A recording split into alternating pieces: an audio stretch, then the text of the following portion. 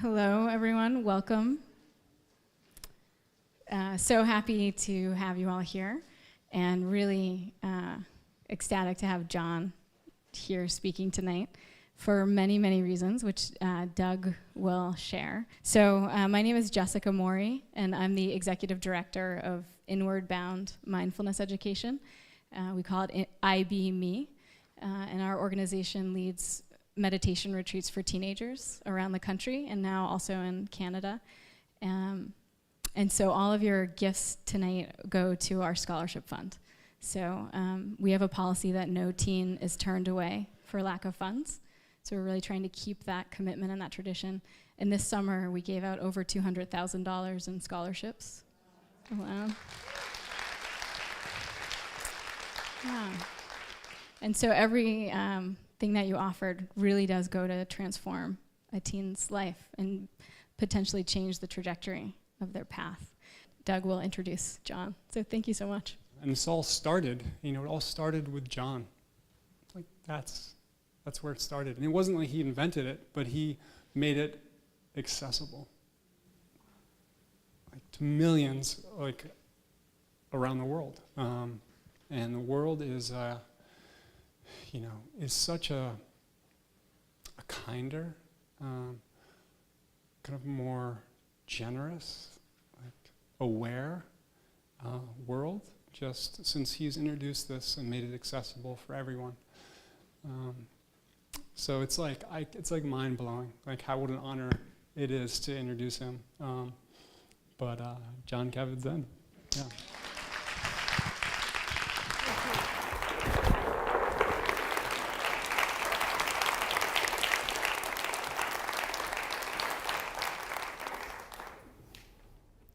Well,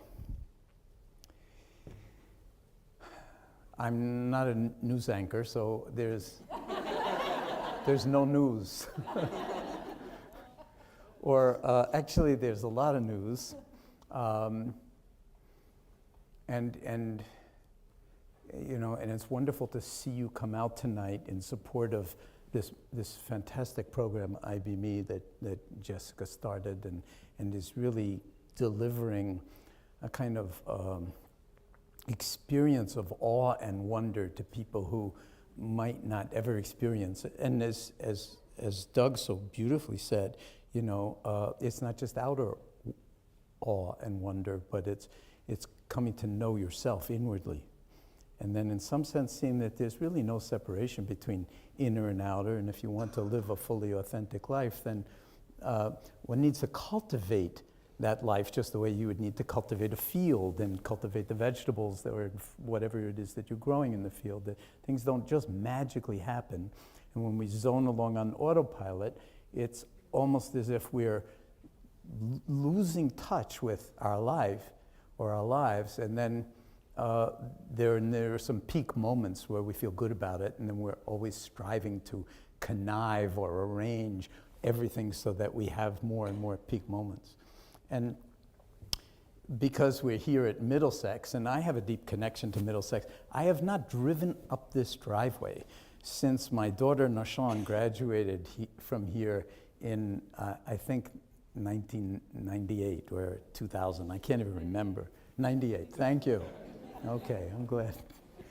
So, but I used to drive here virtually every day with either Will or Nashan. So this is, to have that experience of the beauty of this place. This is a very, very unusual, very singular, extremely privileged place that's doing something to meet that sense of separation and privilege in a way that I think has enormous authenticity.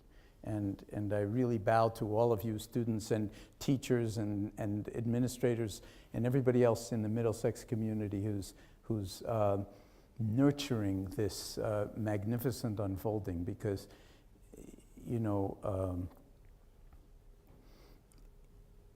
education is the sort of most magical flowering of all.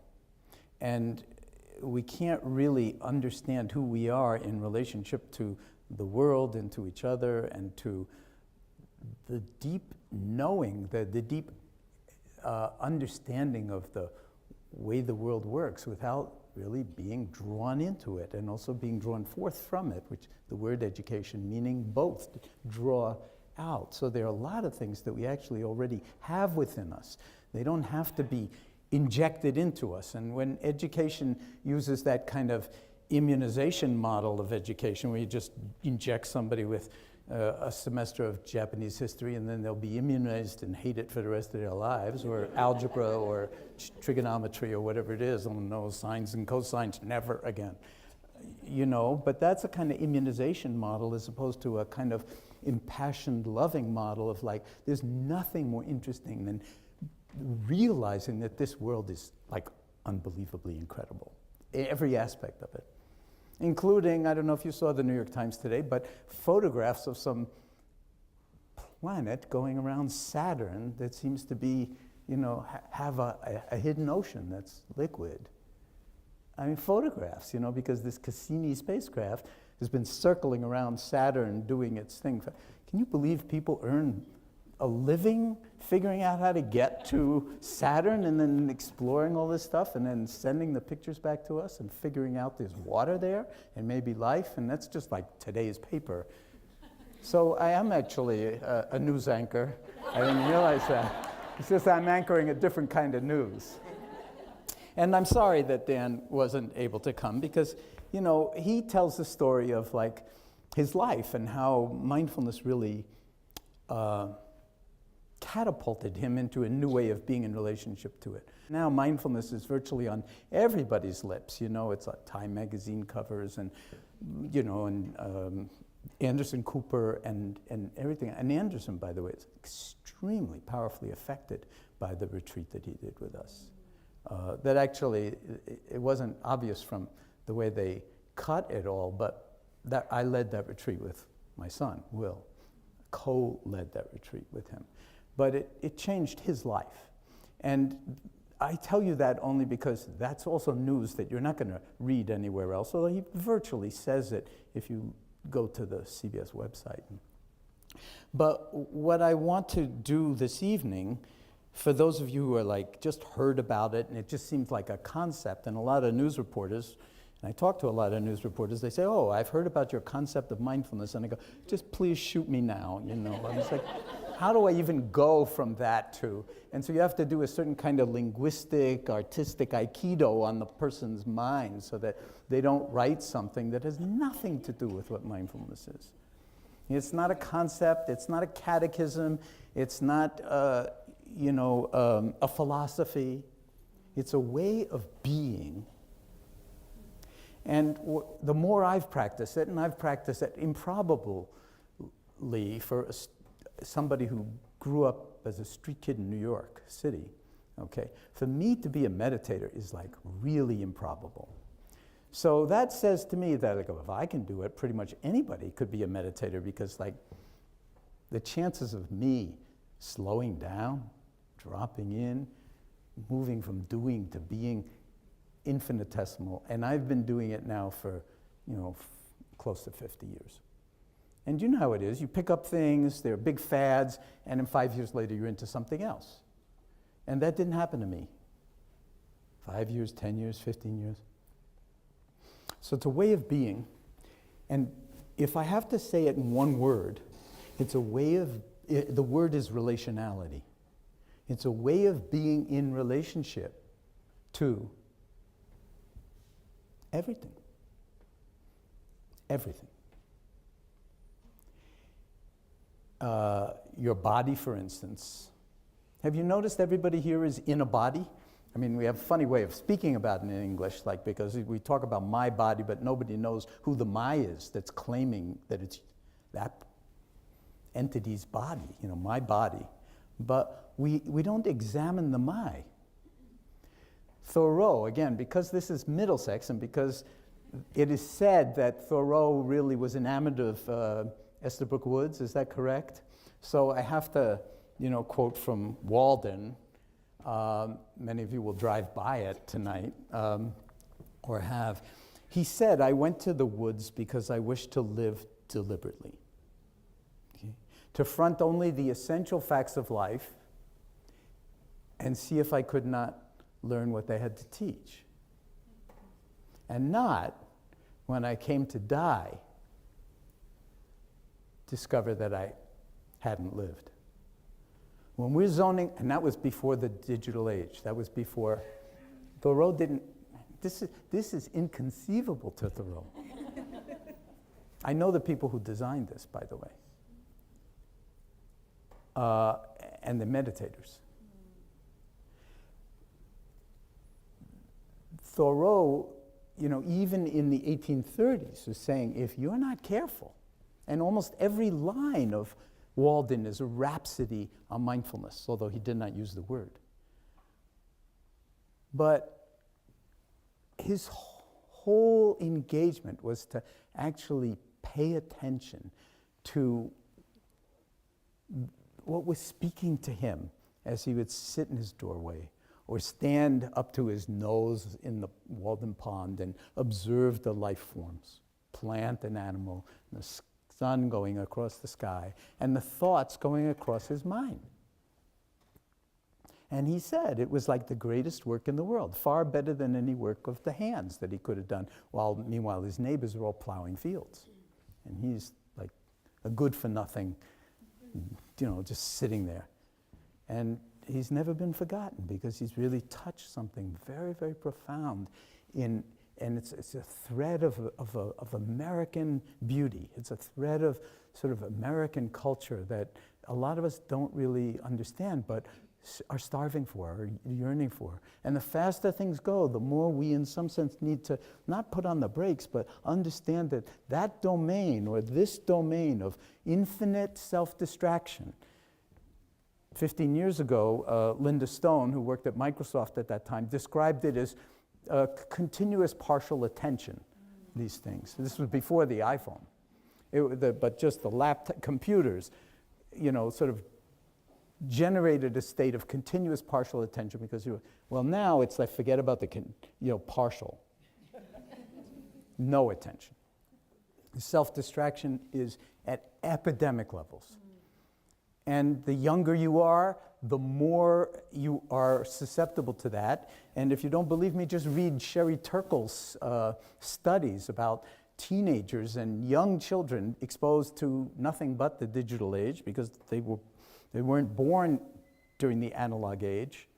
They might even prefer simulated trees to trees. I don't know, but Sherry Turkle from MIT has been studying this in great detail, and it's just, we need to, in some sense, modulate our relationship with that. So, again, I told you I could talk about this forever, but let's not do that because of the time frame. But let's actually just, how many of you would say that you have a regular, if not daily, meditation practice that's as important to you as brushing your teeth? That you would no sooner not do it. Okay, so hold your hands up for a minute. Just hold them up high. So that's about half the audience. And I want to really acknowledge that if we'd asked that question 15 or 20 years ago, well, first of all, I'd be speaking to a completely empty auditorium. We do have to be aware of our surroundings and make serious choices about what we're going to do.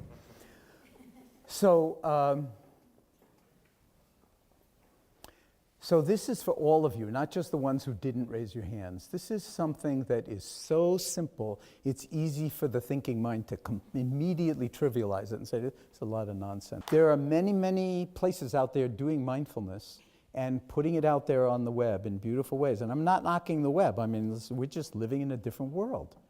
And we need to learn how to be in wise relationship with that world and with this analog body and mind of ours.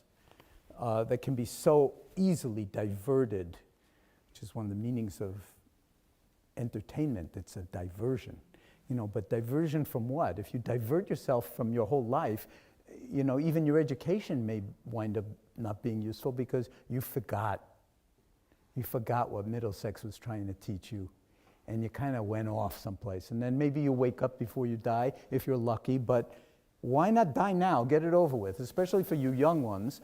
And then you got the rest of your life ahead of you because okay, if you're dead, you don't need to worry about anything anymore. So let's just see what this is all about. Whether it's the surface of some planet going around Saturn, or whether it's the surface of this planet, which in fact, our little old human beings have been giving our own planet a fever, which is having major consequences that you and your children are going to have to deal with because we haven't been aware enough. But now that we know about it, that's part of the domain of mindfulness. It's not just like, oh, it's about the breath. Or it's about feeling good. Like, oh yes, I'm so stressed. I need to just kind of sort of calm myself down.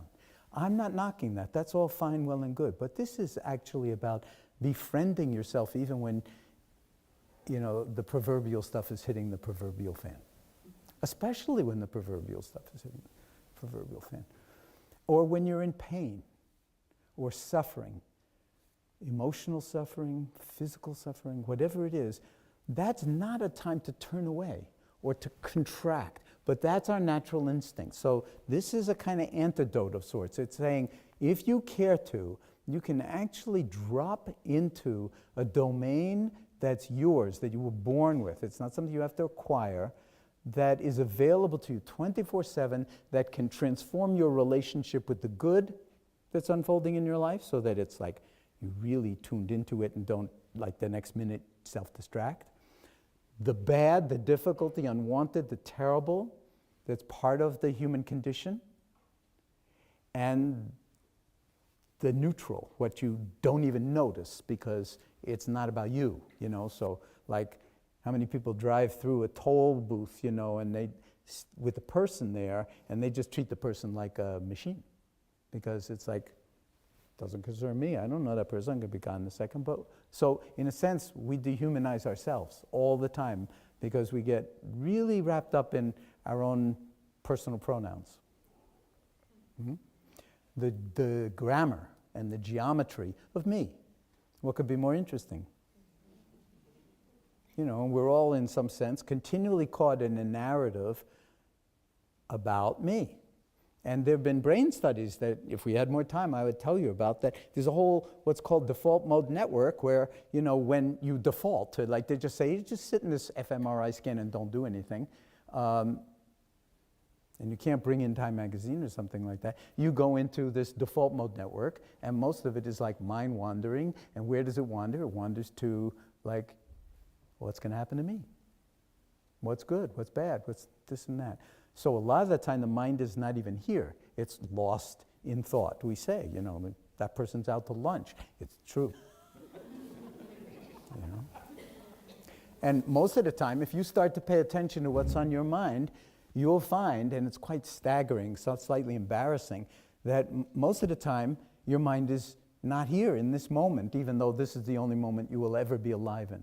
So, for instance, one favorite place it loves to hang out is the future. I'm sure that's not true at Middlesex, but everywhere else, people worry a lot.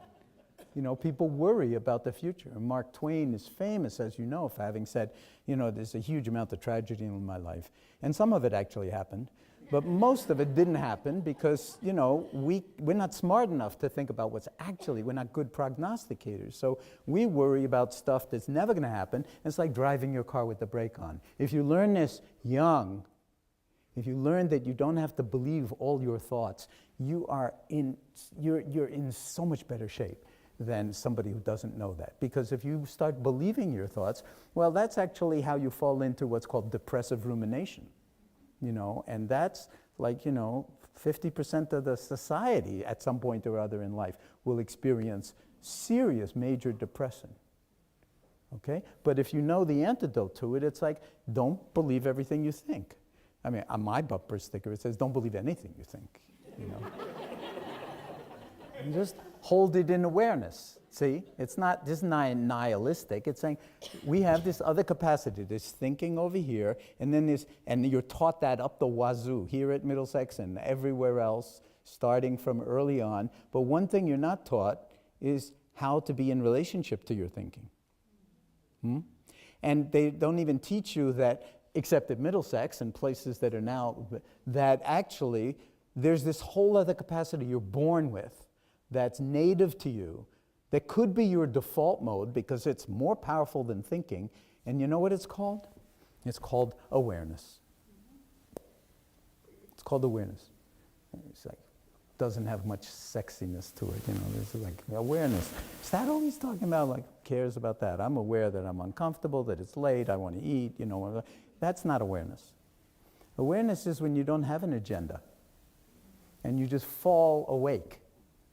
Now, we are super good at falling asleep, but it turns out falling awake is just about the hardest thing in the world for us human beings to do. So again, learn it young, it will really serve you in good stead. A lot of the time, as I said, your mind's in the future. The rest of the time, where is it? The older you get, the more you know this, is in the past.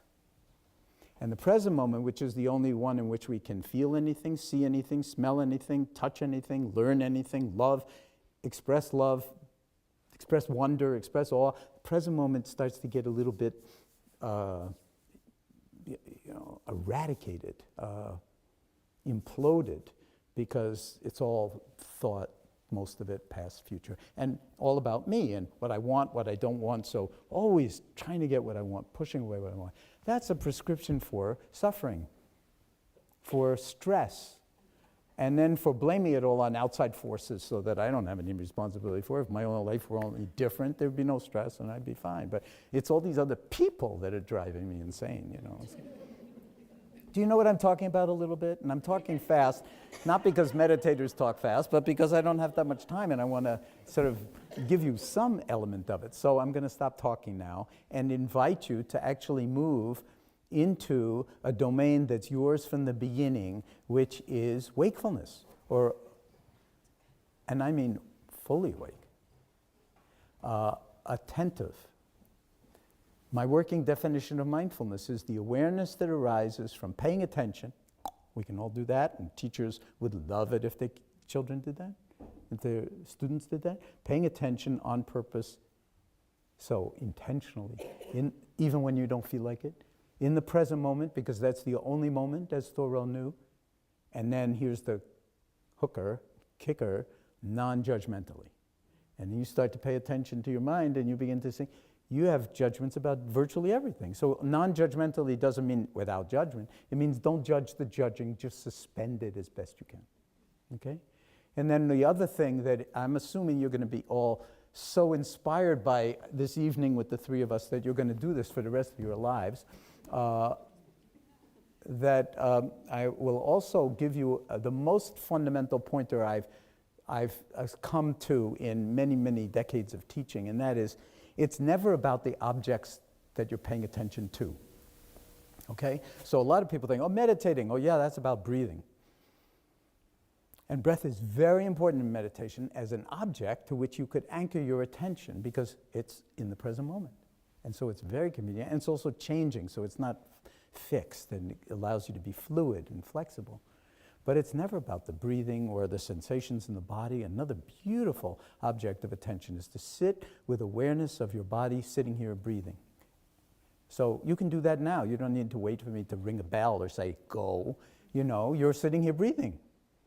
What's more, you're such a genius that you can actually decode the vibrations in the air that are coming because of my taking oxygen, air from my lungs, passing it over my vocal cords, wagging my tongue and my lips in such a way that it puts out vibrations in the atmosphere that are coming to your tympanic membrane and your eardrum and creating electrical signals that you can follow in your auditory cortex and link with your prefrontal cortex and everything else, and the hippocampus and emotional evaluation. And this long sentence is actually completely grammatical, and you are the genius that can decode it. And you didn't learn that at Middlesex or anywhere else. That's native to you. Okay, so let's actually now experience that awareness in silence. So pick an object if you want to. Just the sense of the body sitting here breathing. But awareness is so big that it could hold anything in awareness. It could hold the whole room of all of us sitting here and breathing. Okay? It doesn't matter. It's the same awareness no matter what the object. And so just drop in and see if you can actually inhabit the space, the field of knowing that awareness is. Not cognitive, conceptual knowing, but like a deeper knowing.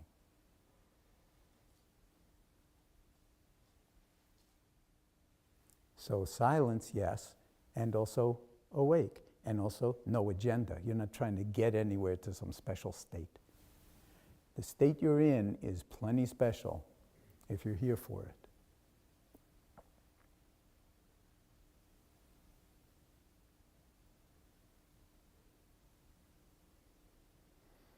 Eyes closed is fine, eyes open is fine. Sitting in a dignified posture is what we usually tell people when we're training them in this kind of thing. But that's your own assessment. If you're really awake, any posture is dignified.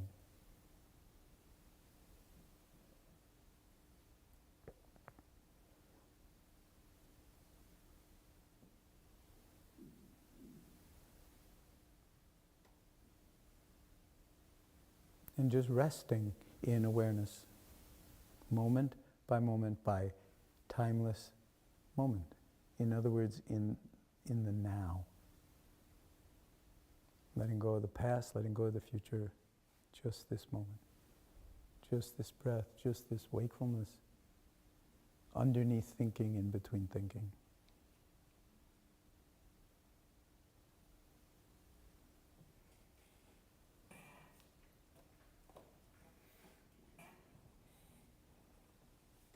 Befriending your own life, unfolding exactly what Thoreau was talking about. In the only moment you ever will have in order to be in relationship to it.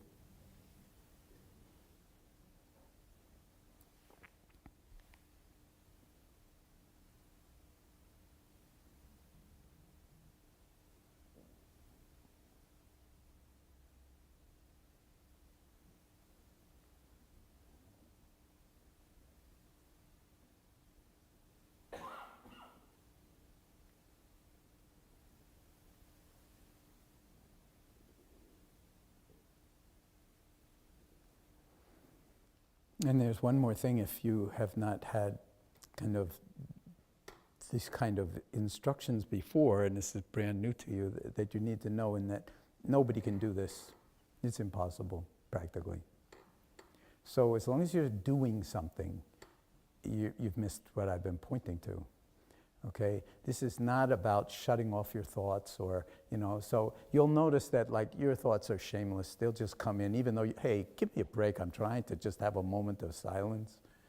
No, your thoughts are going to assault you, and your emotions, and your memories, and your worries, and your planning. And so you're sitting here trying to have a nice meditative moment, and all of this stuff is happening. That's the curriculum. That's not a problem. That's what it means to be human. So it's not a problem unless you make it into a problem. So then you don't have to fight to get rid of it, make yourself into some better, like, really sage, no thoughts anymore. And if you had no thoughts, they'd lock you up in some institution. You wouldn't know how to put your pants on in the morning or write a check. Who writes checks anymore? But so when the mind wanders, when you notice that you get carried away in a thought stream, and this is inevitable, it's not like, failed meditation 101, it's inevitable. Your mind is going to get caught by something.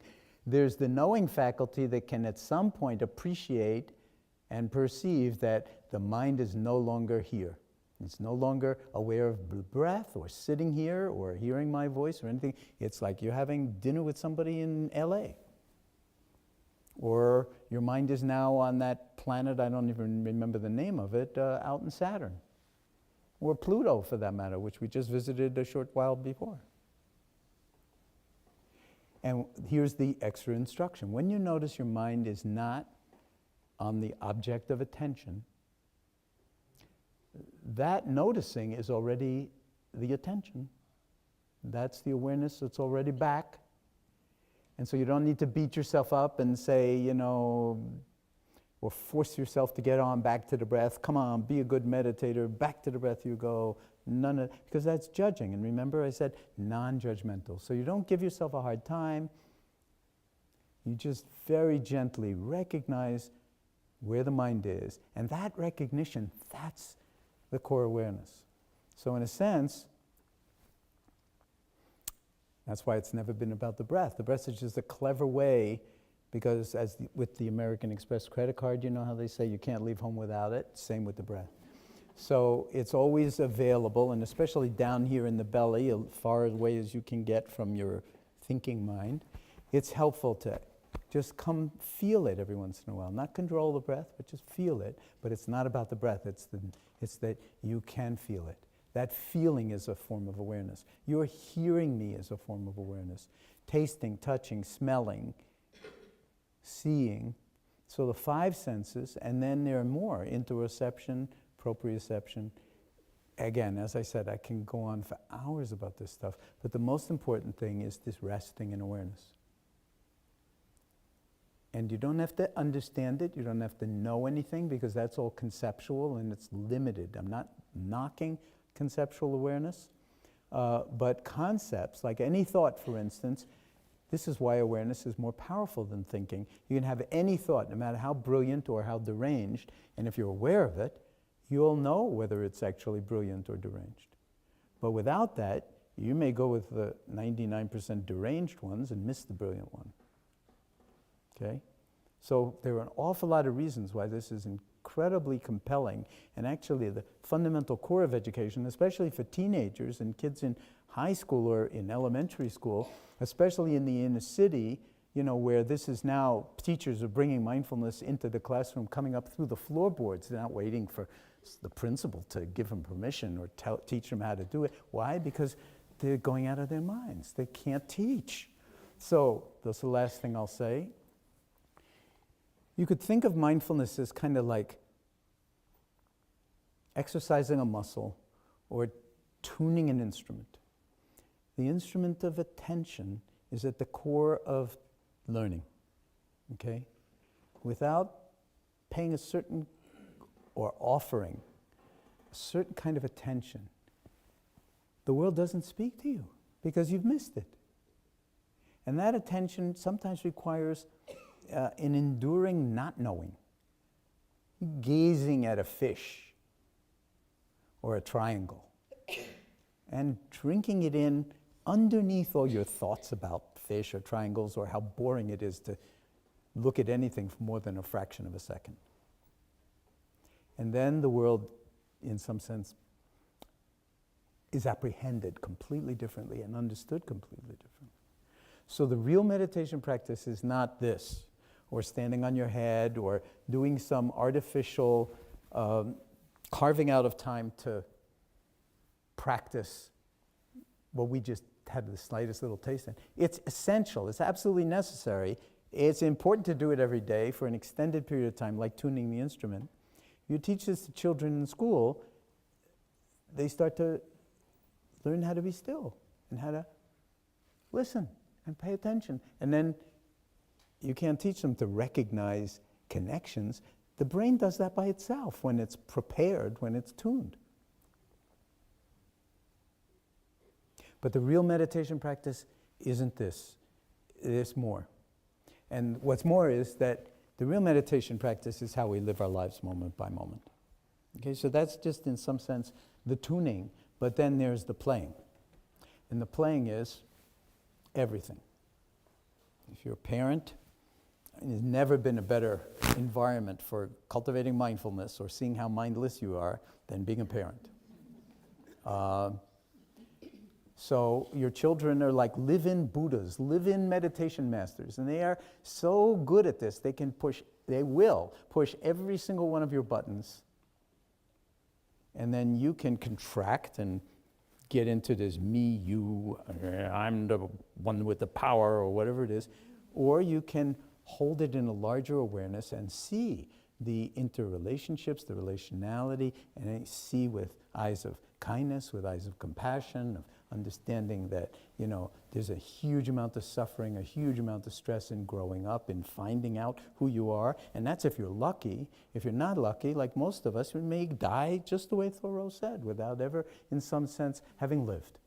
And so I want to invite Jess and Doug to come up on the stage, and we're going to now have a larger dialogue conversation with you folks. We may run a little bit over time, I'm afraid, but so what? Time is just another thought. And if you have to go, you should go. But I will say that there's something about mindfulness that's really timeless.